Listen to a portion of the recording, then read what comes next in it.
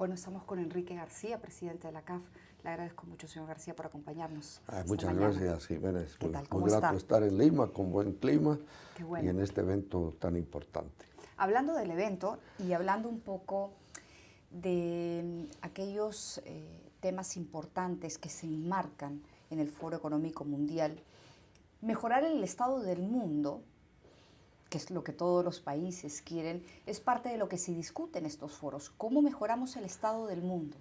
Las economías latinoamericanas, y la CAF lo sabe porque tiene presencia en las mismas y tiene un detalle de lo que viene ocurriendo, tiene en detalle lo que viene ocurriendo en cada uno de los países, sabe la CAF que las economías latinoamericanas en los últimos años han contribuido mucho para esto, para el mejoramiento del estado del mundo.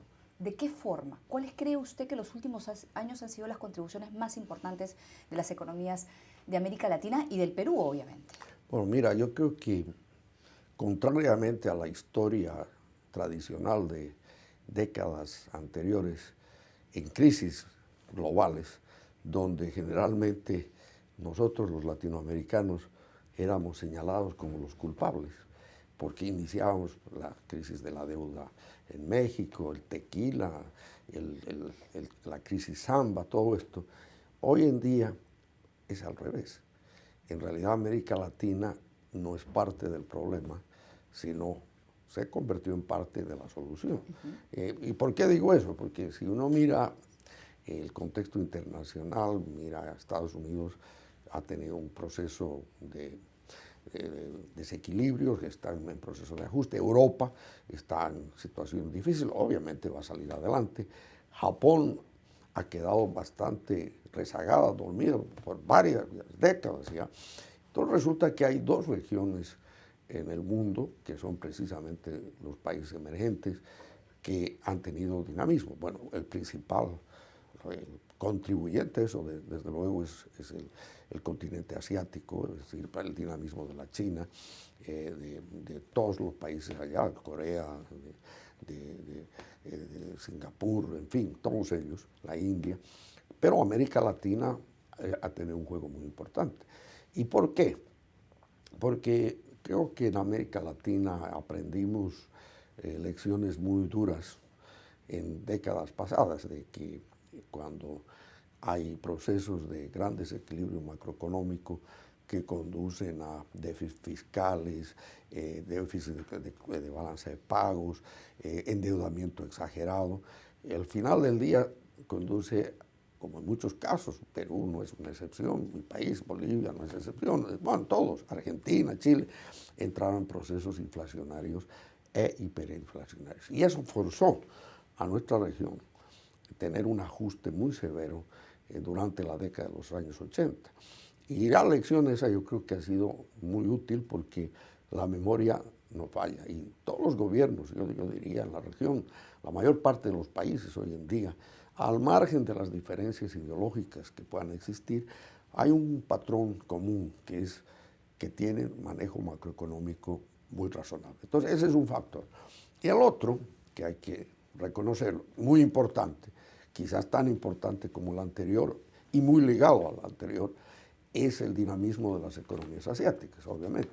Entonces eso ha significado especialmente para nosotros en Sudamérica un efecto de términos de intercambio extremadamente positivo. Los precios de las materias primas, minerales, productos agropecuarios, etcétera, han llegado a niveles muy altos. Entonces esa contribución conjunta ha hecho que la economía de América Latina tenga un crecimiento promedio superior al crecimiento mundial, y hay países, entre los cuales se destaca el Perú, que han tenido en los últimos varios años crecimientos similares a los asiáticos. ¿Qué resaltaría en el caso peruano? No, el caso peruano, definitivamente, yo resaltaría, yo diría tres cosas fundamentales. La primera es que ha habido una continuidad en las políticas macroeconómicas del país. Que han trascendido a los gobiernos. Que han trascendido. Ese es un gran logro, y los países que han tenido éxito son aquellos que hacen exactamente eso. Entonces, son ya varios gobiernos.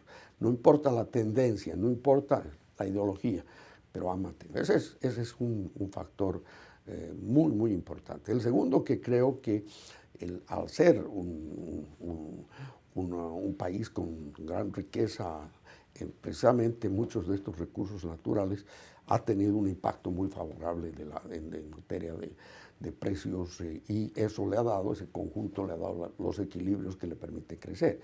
Y también yo diría que se resalta que no solamente el Perú ha tenido un crecimiento alto, muy alto y sostenido durante varios años, sino que también ha logrado un objetivo que es central en América Latina, que es el de la inclusión, la reducción de la pobreza. Sobre ese tema quería hablar, porque el crecimiento económico no garantiza necesariamente el crecimiento de las sociedades. Hay muchos países que crecen económicamente, pero ese mismo performance no se da a nivel social. Y esa es parte de la tarea pendiente que tiene el Perú. ¿Cuáles son aquellos aspectos críticos, aquellos aspectos en los que todavía cree usted hay que trabajar en lo que a lo social se refiere? ¿Qué hay que cambiar? ¿Qué mecanismos, herramientas hay que utilizar para mejorar en lo social tanto como se viene mejorando en el tema económico? ¿Qué errores se están cometiendo? No, mira, yo más que errores, yo diría qué es lo que hay que hacer. Y este no es un tema exclusivo en el Perú, No. Es un tema aplicable a la mayor parte de los países, especialmente digo Sudamérica porque las características digamos, Centroamérica o el Caribe son diferentes. México tiene características especiales, pero Sudamérica, por su riqueza en materias primas.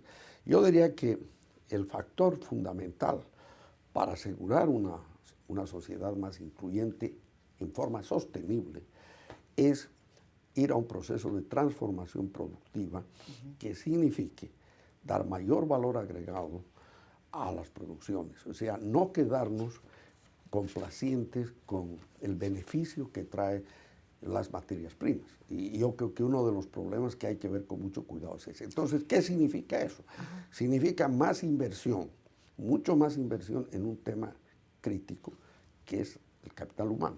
¿Y a usted le parece que la banca está acompañando ese proceso de transformación productiva? Se lo pregunto porque hay quienes dicen que aún no se crean las herramientas necesarias, fundamentales para acompañar a empresas en este crecimiento. Es decir, las empresas grandes tienen mayores facilidades para operar en términos del performance que han tenido y que los ha llevado al crecimiento, pero a veces las chicas necesitan de herramientas específicas, nuevas, de una ayuda diferente, de un socio que lo complemente de forma diferente, en este caso la banca, y se dice que todavía eso no se ha desarrollado adecuadamente. No, mira, en realidad, como dicen, para bailar tango se necesita dos.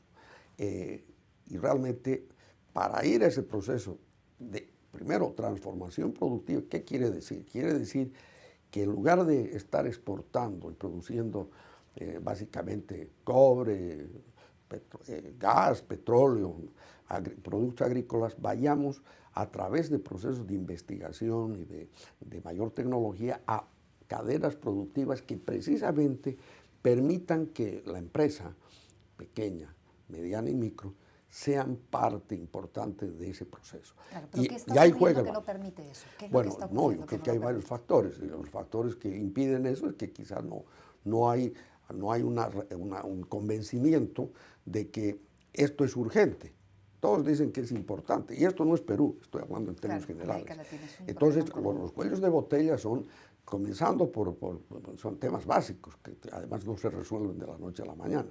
Y vuelvo al tema del capital humano, la investigación, la mejora tecnológica, y el rol, ahí viene el punto que tú señalabas, el rol de los sistemas financieros que sean proclives a llegar a sectores que normalmente no tenían acceso. Las empresas grandes obviamente tienen esas condiciones.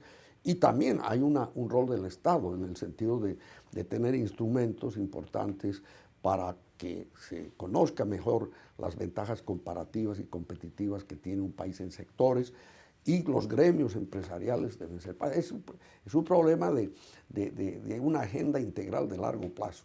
Pero yo diría, Perú está en un camino correcto, pero hay un desafío importante que es el desafío de toda América Latina.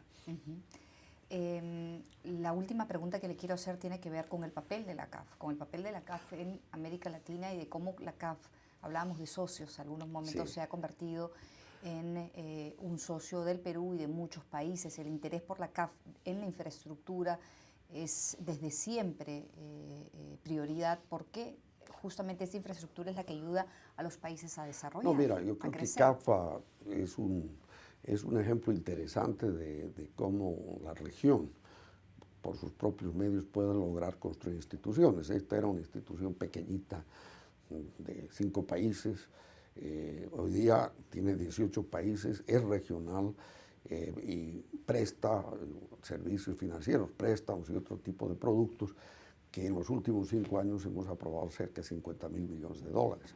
En el caso de Perú es, al igual que en los países fundadores, la principal fuente multilateral de financiamiento. Para darte una idea, en estos mismos años le hemos aprobado para el Perú $10.000 millones. Evidentemente, los proyectos estrella principales, muchos de ellos han estado en el área de transporte y de infraestructura, pero también estamos en irrigación y en el sector social. O sea, la cartera de CAF es una cartera balanceada, donde sin perjuicio de que infraestructura es el principal sector, pero está el sector social, está el sector productivo, el apoyo directo al sector privado, porque el sector privado es un componente crucial para el proceso de desarrollo. Perfecto, Enrique, le agradezco mucho por esta entrevista. Bueno, Jimena, un gusto. Que le vaya muy bien en el foro, gracias. Muchísimas gracias. Gracias.